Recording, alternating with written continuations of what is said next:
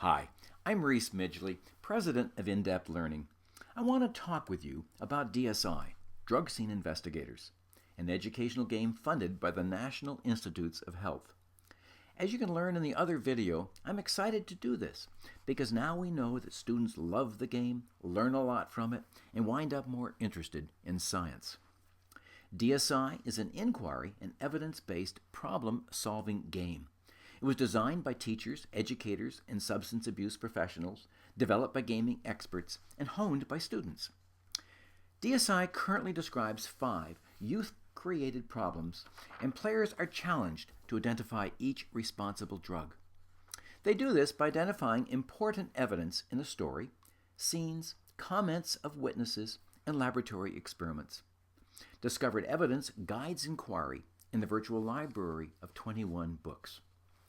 A player begins with a story, in this case about Tony, who takes a drug and misses his wrestling match. When the cursor is passed over the text, phrases or sentences become highlighted, some unimportant, as shown here. And some are of potential importance in identifying the responsible drug. The one highlighted here describes Tony feeling a burst of energy from the drug. Clicking any highlighted passage places a summary of it into a notepad.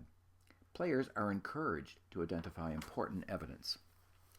With notes recorded, a player can select another source of clues from the tabs.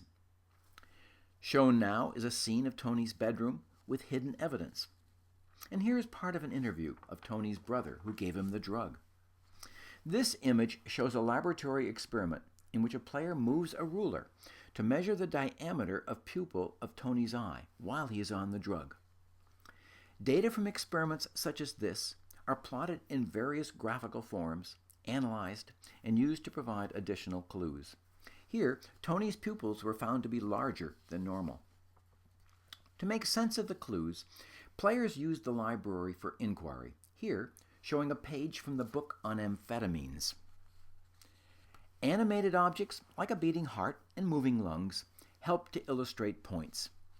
Throughout the game, the cursor changes over difficult words, and, after a moment, the word with its part of speech and a definition will pop up, often with additional information, an example of usage, and similar words, all to provide literacy scaffolding.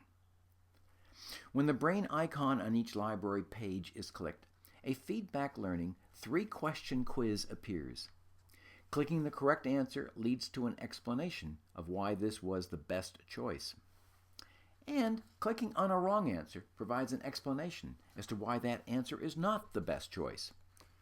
All answers can be clicked even after choosing the right answer. Some students choose to do a lot of these quizzes. The heart of the game is hypothesis formation. After hypothesizing the most likely drug and drug class, players need to find evidence to support their hypothesis and rule out other drugs. This is done by note linking, a process by which discovered evidence is matched with drug-specific information. Here, clicking on a case note bubble brought up a section of the notebook dealing with evidence. Our player has clicked the case note, Tony feels more alert. Clicking on a library note bubble brings up the library notes for that drug. Selection of a supportive fact from the library will lead to a visual linkage with the clue and provide evidence that this drug may be the cause. By selecting the amphetamines library note alert, a positive note link is created. More important than supporting a drug is forming linkages that can rule out alternative drugs, as was done at the bottom. Here the note, Tony feels more alert, is linked with a library note, drowsy. Clearly, alcohol cannot be responsible. Ways to achieve bonuses and monitor progress are provided in a progress pane. When data is sufficient to rule out alternative drugs and support the hypothesized drug are available, players can finish a case. This involves answering a few more feedback learning quizzes. After this, a capsular explanation of the case and opportunity to try a new case are provided. So that is the overview. In effect, using science to teach science has resulted in a game that students love and from which they learn.